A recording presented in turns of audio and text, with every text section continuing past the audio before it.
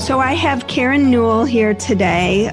Last week we spoke about gratitude and the heart, and today on the space in between life, death, and the space between, we're just going to take a moment, Karen, and I want to hear how you live your life with no regrets, or try to.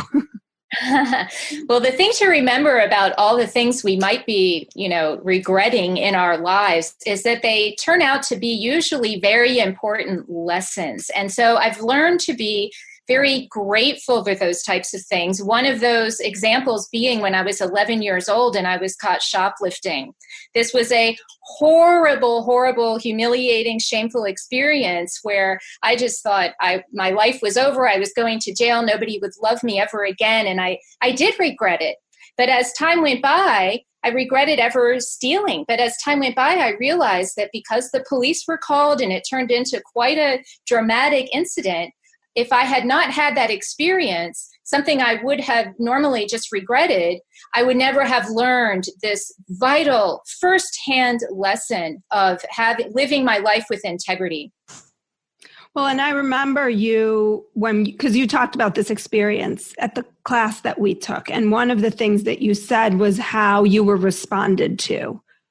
Oh, yes. When I responded to that, I realized I was the one who caused this. This was no one else's fault but mine. This is something called internal locus of control in psychology, where what you believe is that your actions actually help to form the world around you. And I took full responsibility for that and blamed no one but myself. And that was also incredibly important piece of that process. And you weren't, if I recall, you weren't shamed for it.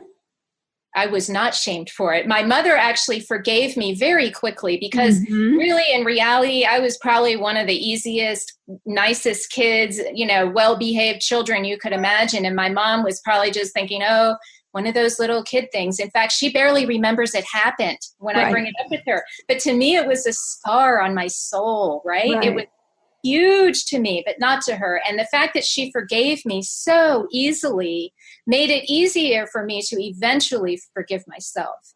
Well, and when we think about parenting, to be able to look at these experiences of mistakes or regrets as lessons could shift the whole paradigm around parenting, right? And shame and punishment and everything.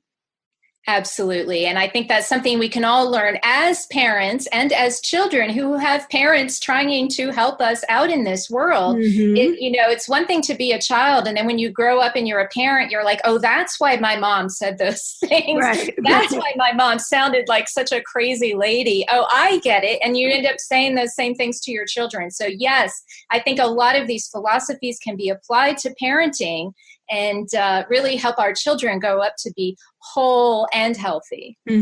Well, thank you again. And if people are interested, again, in downloading your sound therapies, is it sound therapies, sound meditations? Sure. Yes, you can go to sacredacoustics.com, look for the free download button, enter your email, and we'll send you that link.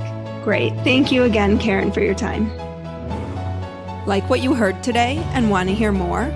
Curious about what comes next and what it all means? You can subscribe on iTunes. Just go to podcasts and find Life, Death, and the Space Between and hit subscribe. And you can follow me on Twitter and Instagram at Dr. Amy Robbins. Ask me any questions you might have, let me know what else you'd love to hear about, or just share your story. I can't wait to hear from you.